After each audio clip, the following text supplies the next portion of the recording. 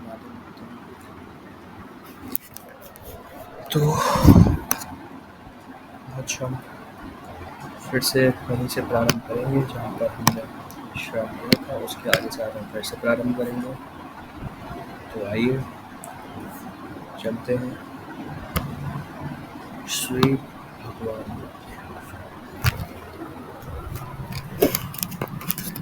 तो भगवान यानी श्री कृष्ण जी क्या कहते हैं?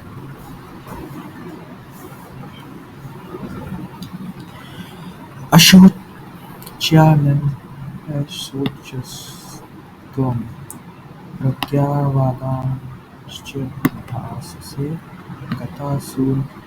गतासुश्च नानु शोचन्ति पंडिता। इसका अनुवाद, श्री भगवान ने कहा, तुम नहीं सोचने योग्य वस्तुओं व्यक्तियों के लिए शोक कर रहे हो। यहाँ पर वस्तुओं का अर्थ व्यक्तियों से है।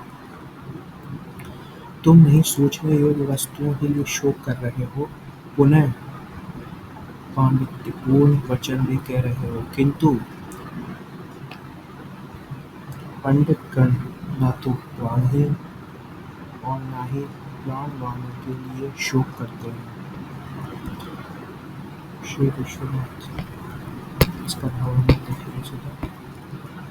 श्री कृष्ण कहते हैं, हे अर्जुन, बंधु हत्या के कारण उत्पन्न तुम्हारा शोक भ्रम मूलक है, एवं युद्ध में मैं किस प्रकार भीष्म से युद्ध करूंगा इत्यादि विवेक युक्तियां अप्रज्ञा मूलक है।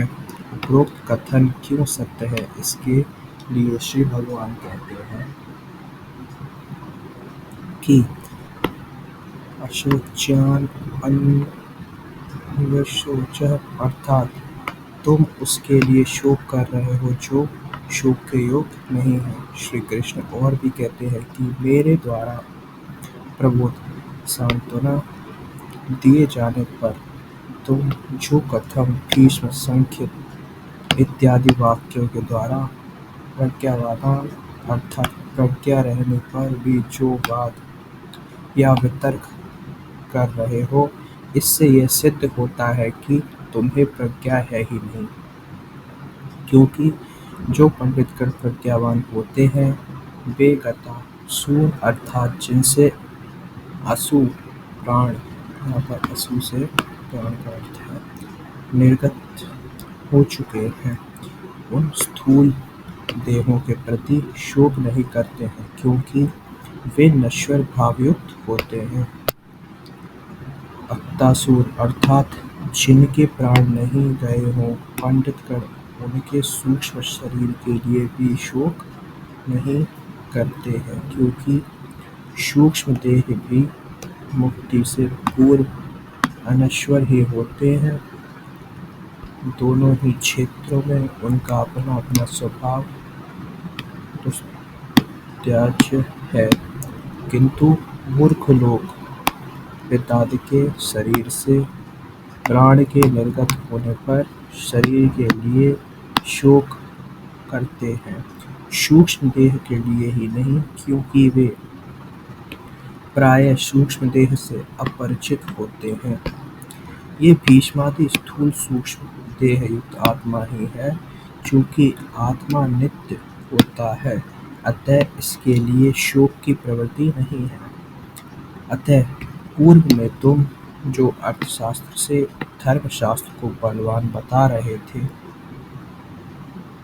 वहाँ मेरी उक्ति है कि ज्ञान शास्त्र धर्मशास्त्र से भी अधिक बलवान है। पिछली कुछ पंक्तियों में हमने पढ़ा था कि अर्थशास्त्र से धर्मशास्त्र को बलवान माना जाता है, लेकिन यहाँ पर श्री कृष्ण जी यानी भगवान कहते हैं कि ज्ञान शास्त्र धर्मशास्त्र से भी अधिक बलवान होता है। गति सच्चिदानंद परत्व के केवल तटस्थ शक्तियुक्त अंश का नाम जीवात्मा अथवा जीव है। यह स्वस्वरूप अणु चैतन्य है। इसका नित्य एवं स्वाभाविक धर्म भगवत सेवा है। जीव दो प्रकार का होता है, मुक्त तथा बद्ध। मुक्त जीव सदा सर्वदा भगवत धाम में भगवत सेवा में संलग्न रहते हैं। इनका कभी भी पतन नहीं होता। दूसरे बद्ध जीव अनादि काल से भगवत सेवा भूलकर प्राकृत स्थूल और मन इन दो शरीर के द्वारा आच्छादित होकर इस मायिक संसार में दंड स्वरूप तृप्तापनों का भोग कर रहे हैं। स्थूल शरीर। बद्ध जीवों का प्राकृत स्थूल शरीर निश्चित जल पावक समीर एवं व्योम इन पंच महाभूतों से कटित नश्वर और विनाशी होता है। मृत्यु के बाद ही जीवों का यह स्थूल शरीर परिवर्तित हो जाता है। जन्म के साथ साथ मृत्यु भी अवश्य ही होती है। आज कल अथवा वर्षों में प्राण मात्र की मृत्यु अवश्य भावी है। मृत्युंजर वीर लेकिन से जायते अद्य वाक्शतान्ते वा मृत्युर्वे प्राणांतर्व। सूक्ष्म अथवा लिंग शरीर। जीव के शुद्ध रूप को आच्छादित करने वाले मन बुद्धि अहंकार रात्मक जीव उपाधि का नाम सूक्ष्म शरीर है।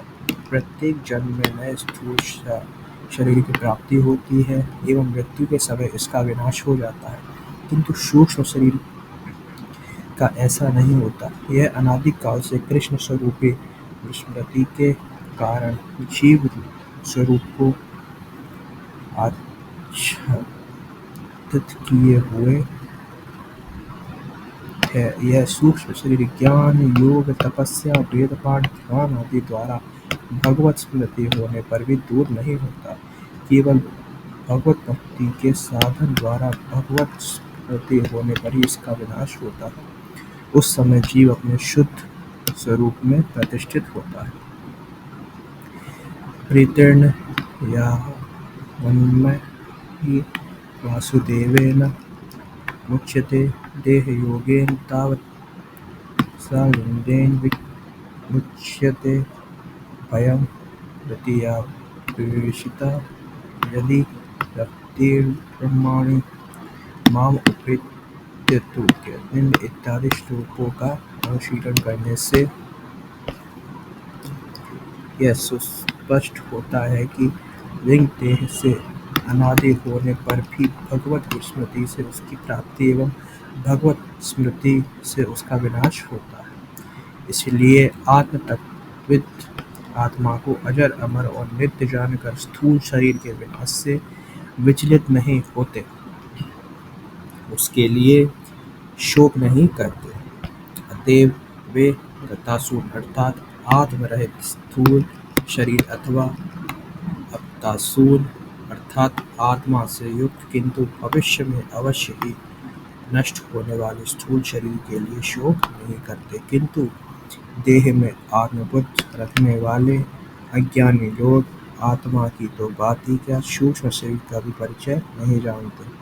वे आत्मा से युक्त स्थूल शरीर को ही पिता पुत्र भाई बंधु समझते हैं तथा उस शरीर से आत्मा के निकल जाने पर पिता पुत्र भाई बंधु की मृत्यु हो गई है यह जानकर उस शरीर के लिए ही शोक करते हैं।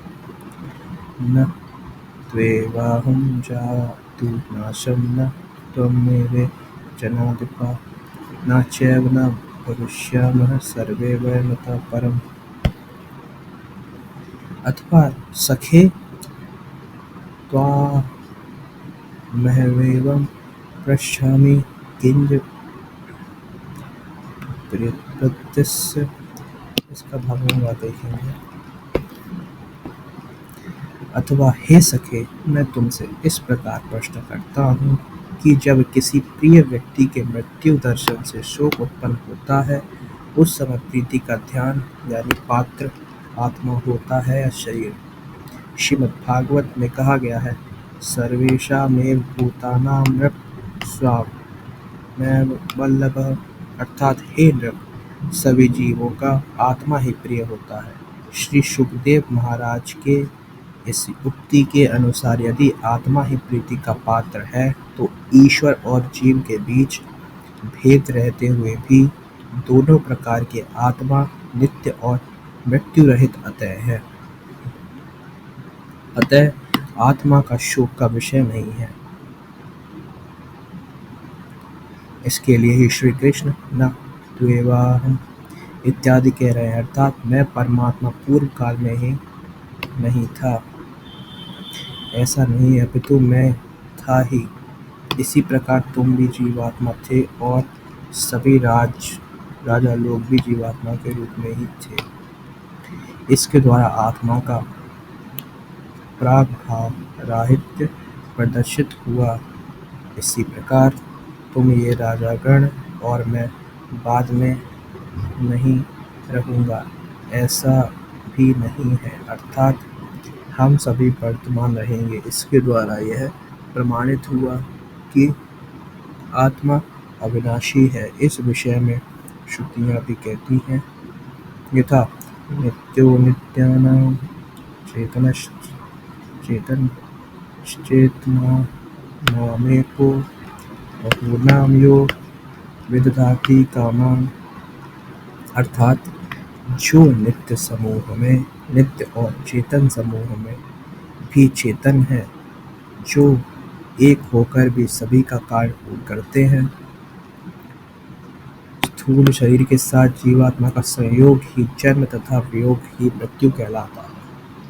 स्थूल शरीर के साथ जीवात्मा का संयोग ही जन्म तथा वियोग ही मृत्यु कहलाता है। इसलिए स्थूल शरीर में आत्मा की अवस्थिति रहने से लोग परस्पर प्रीति व्यवहार करते हैं, किंतु स्थूल देह में आत्मबुद्धि रखने वाले अज्ञानी जीव इस तत्व को न जानने के कारण शरीर से आत्मा के अंतर्धान होने पर मृत देह को लेकर शोकमग्न हो जाते हैं। श्रीमद्भागवत में भी श्री सुखदेव गोस्वामी ने परीक्षित महाराज के प्रश्न, हे ब्रह्मण, दूसरे माता पिता से उत्पन्न श्री कृष्ण के प्रति ग्वाल बालों का ऐसा अभूतपूर्व प्रेम किस प्रकार संभव हुआ? इसके उत्तर में कहते हैं, राजन, अपना आत्मा ही समस्त प्राणियों को प्रिय होता है। आत्मा से भिन्न पुत्र धनादि पदार्थ आत्मा के प्रिय होने के कारण उसे गौण रूप में प्रिय है।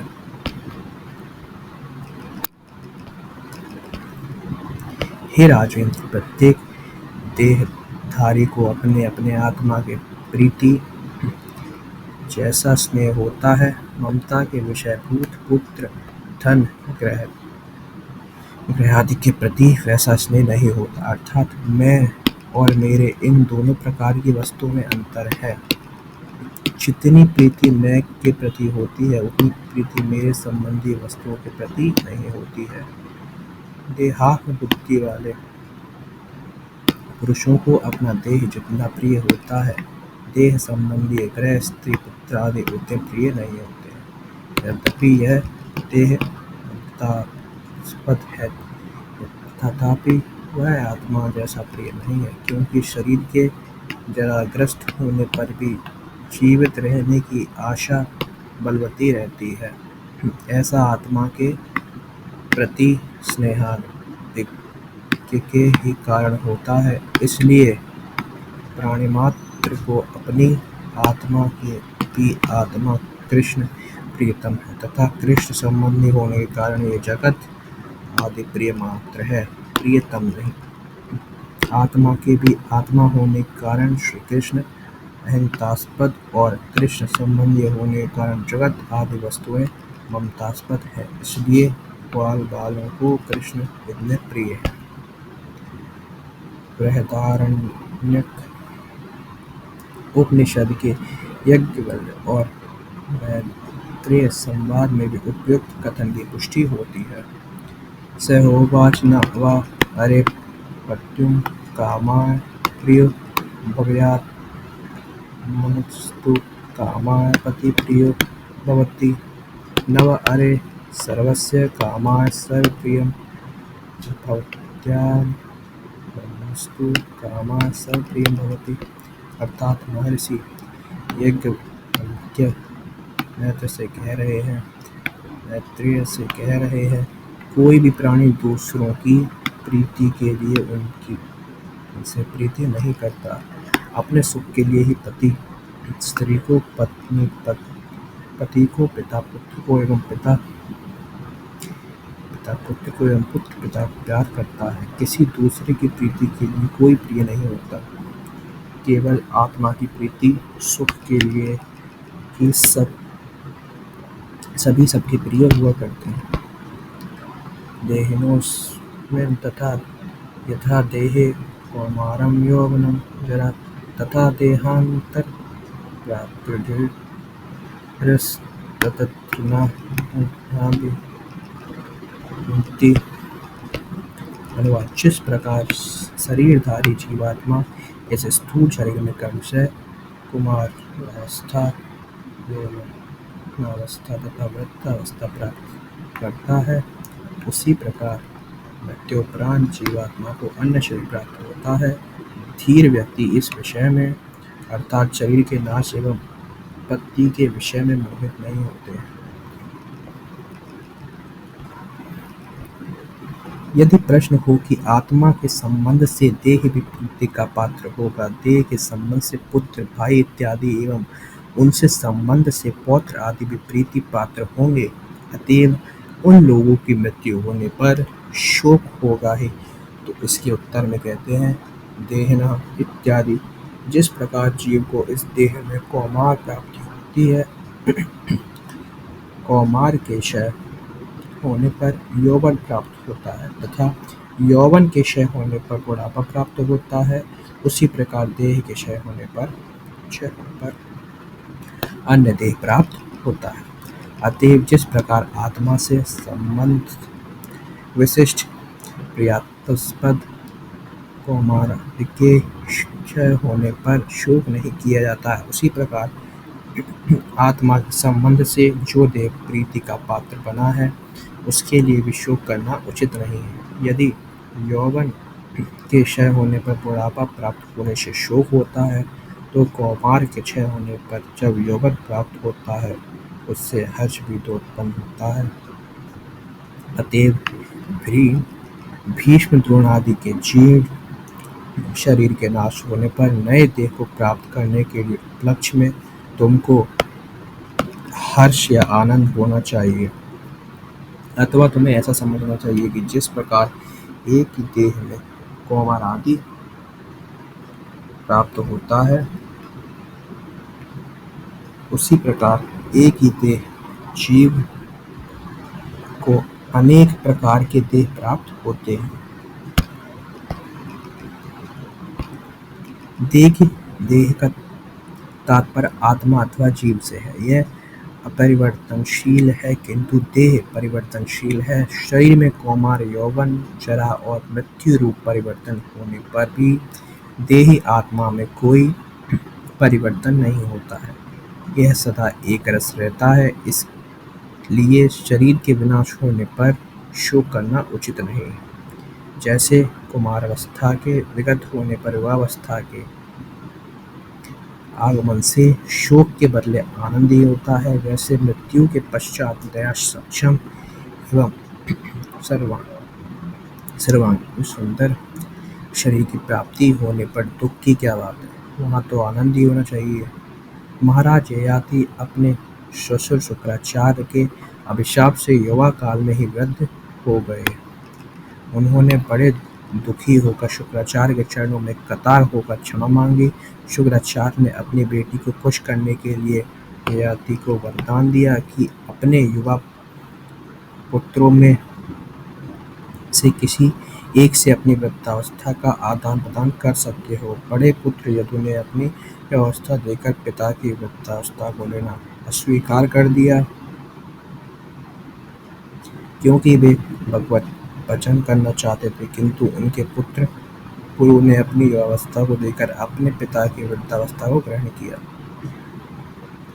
इस प्रकार ययाति पुनः युवा होकर देवयानी इत्यादि रानियों तथा पुत्र पौत्रों के साथ भोग करते हुए स्वयं को बहुत सुखी समझने लगे, किंतु अंत में इन सुखों को अपार रमणीय एवं परिणामतः अशेष दुख कर समझकर अपने पुत्र को उसकी युवावस्था लौटाकर वन में भगवत भजन करने चले गए। इसलिए जराग्रस्त क्षीण शीर्ण शरीर के नाश होने पर सबल स्वस्थ सुंदर नए शरीर की प्राप्ति लाभ ही होगा, यह जानकर आनंदित होना ही उचित है। मात्रा स्पर्शास्तु कौन्तेय शीतोष्ण सुखद कदा आगमापायिनो नित्यास्तान् स्थितिर्षु स्वभारत। हे कुंती नंदन, इंद्रियों की वृत्ति से 7 विषयों के संयोग से सर्दी गर्मी सुख तथा दुख प्राप्त होते हैं, वे क्षण भंगुर एवं अनित्य होते हैं, अतः हे भारत, तुम उनको सहन करो।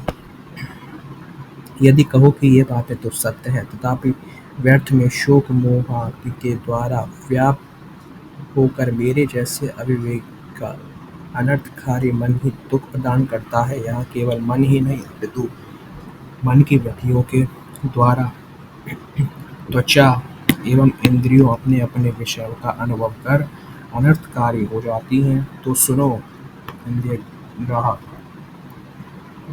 विषय समूह मात्रा है एवं उनका विषयों का अनुभव स्पर्श है। श्री भगवान पुनः कहते हैं, शीतोष्ण आगमपायिनः अर्थात जो शीतल जलादि ग्रीष्म काल में सुखद होते हैं, वे ही शीत काल में दुखद होते हैं। अतः अनित्य एवं आने जाने वाला जानकर इन विषयों के अनुभव को सहन करो। इनको सहना ही शास्त्र विहित धर्म है। माघ महीने में जल दुखदायी होता है, ऐसा जानकर शास्त्र विहित स्नान आदि धर्म का परित्याग नहीं किया जाता। इसी प्रकार जो पुत्र भ्राता इत्यादि जन्म के समय एवं धनादि उपार्जन के समय सुखद होते हैं, वे ही मृत्यु काल में दुखद होते हैं। अतः इनको भी अनित्य और क्षण भंगुर जानकर सहन करो। इनके अनुरोध पर युद्ध रूप शास्त्र विहित स्वधर्म अत्याज्य है। शास्त्र विहित धर्म का अनाचरण अवश्य मानतकारी होता है। यम हीना व्यथ्यते पुरुषं सबतुख सुखं धीरं शो मृत्वा कल्पते। हे पुरुषोत्तम, जो धीर व्यक्ति मात्र स्पर्श सुख एवं दुखादि को समान समझते हैं और इनके द्वारा विचलित नहीं होते हैं, वे निश्चय ही मुक्ति प्राप्त करने योग्य होते हैं।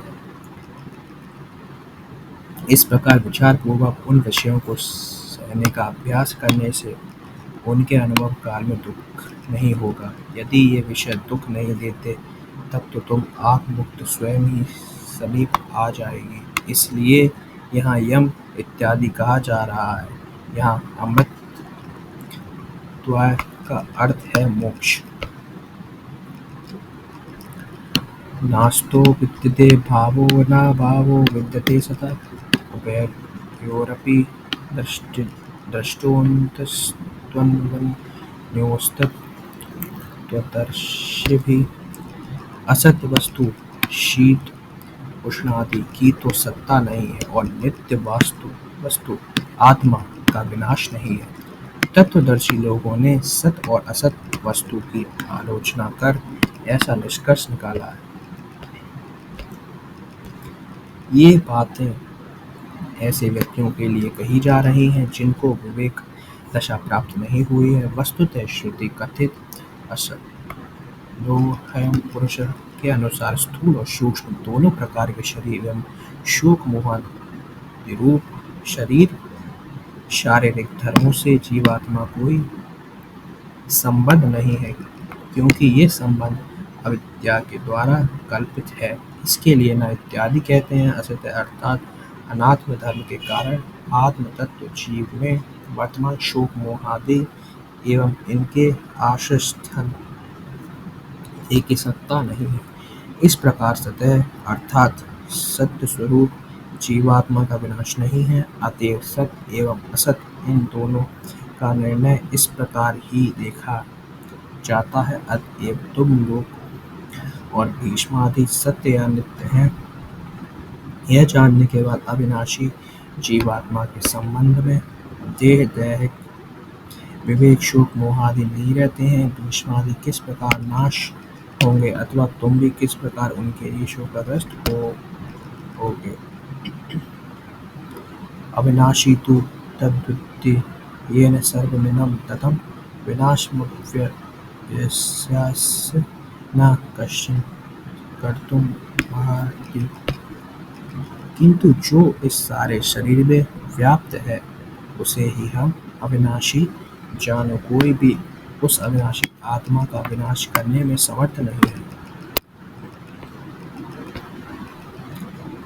न भावो विद्यते सता अर्थात सत्य या सत्य रूप तत्व का नाश नहीं है। उपरोक्त कथन के अर्थ को स्पष्ट करने के लिए यहाँ श्री भगवान अविनाशी इत्यादि कह रहे हैं। उस जीवात्मा का स्वरूप ऐसा है कि उसके द्वारा यह संपूर्ण शरीर प्राप्त है। यदि प्रश्न हो कि क्या शरीर मात्र में व्याप्त जीवात्मा चैतन्य मध्यम परिणाम में होने के कारण अनित्य नहीं हो सकता है, तो इसके उत्तर में श्री कृष्ण कहते हैं ऐसा नहीं हो सकता है। श्रुतियों में भी इसका प्रमाण है। सूक्ष्मानाप्यहं जीवा अर्थात सूक्ष्म तत्व समूह में मैं जीव हूँ। एषोऽनुरात्मा चेतसा मृत्युयो यस्मिन् प्राणां पंचतः संविवेश अर्थात यह आत्मा अत्यंत सूत्र है। विशुद्ध चित्त में ही इसकी उपलब्धि की जाती है।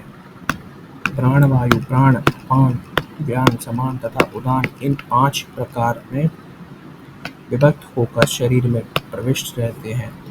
बालाग्रस्य शतता कल्पितस्य च भागो जीवा स विज्ञेय अर्थात उस जीव को बालक के अग्रभाग के 10,000वें भाग के समान सूक्ष्म जानो। आराग्र मात्रोपरि दृष्ट अर्थात अत्यंत सूक्ष्म रूप वाला जीवात्मा देखा गया है। अतः उपरोक्त श्रुति वचनों से भी यह सिद्ध होता है कि परिमाण में जीवात्मा परिमाण के समान है अर्थात अति सूक्ष्म है। जिस प्रकार लाख में जड़ी हुई महामणि या महाऔषधि सिर या वक्ष पर रखने से संपूर्ण शरीर को पुष्ट करने में सक्षम है, उसी प्रकार जीवात्मा भी संपूर्ण शरीर में व्याप्त होने में सक्षम है। इसमें कोई सामंजस्य नहीं है। उपाधि परवश होने के कारण यह स्वर्ग नरकादि एवं नाना योनियों में गमन करता है। तात्पर्य में प्राण के संबंध में इस प्रकार का येन संसरते पुमान् अर्थात जिसके द्वारा पुरुष का संसार होता है। परवर्ती श्लोक में जीवात्मा के सभी स्थानों में विचरण करने के गुण को बताया जाएगा। इसमें भी कोई असमंजस्य नहीं है।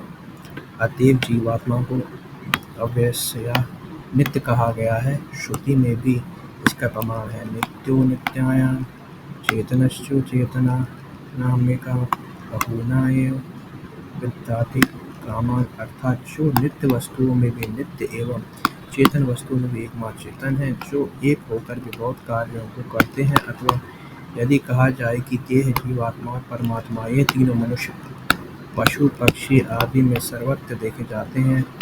इनमें से प्रथम 2 अर्थात देह और जीव का तत्व पूर्व श्लोक नास्तो विद्यते भाव में वर्णन किया गया है। तीसरी अर्थात परमात्मा वस्तु का क्या तत्व है, तो इसके उत्तर में श्री भगवान अविनाशी इत्यादि कह रहे हैं। तू शब्द भिन्न उपक्रमों में है। स्वरूप माया एवं जीव का परमात्मा से पार्थक्य होने के कारण ही यह जगत हुआ है। तो वो वीडियो को ज़्यादा बड़ी ना करते हुए आज हम यहीं पर विश्राम लेते हैं। आगे आने वाली वीडियोस को हम यहाँ से प्रारंभ करेंगे। तब तक बहुत बहुत धन्यवाद। जय श्री कृष्ण।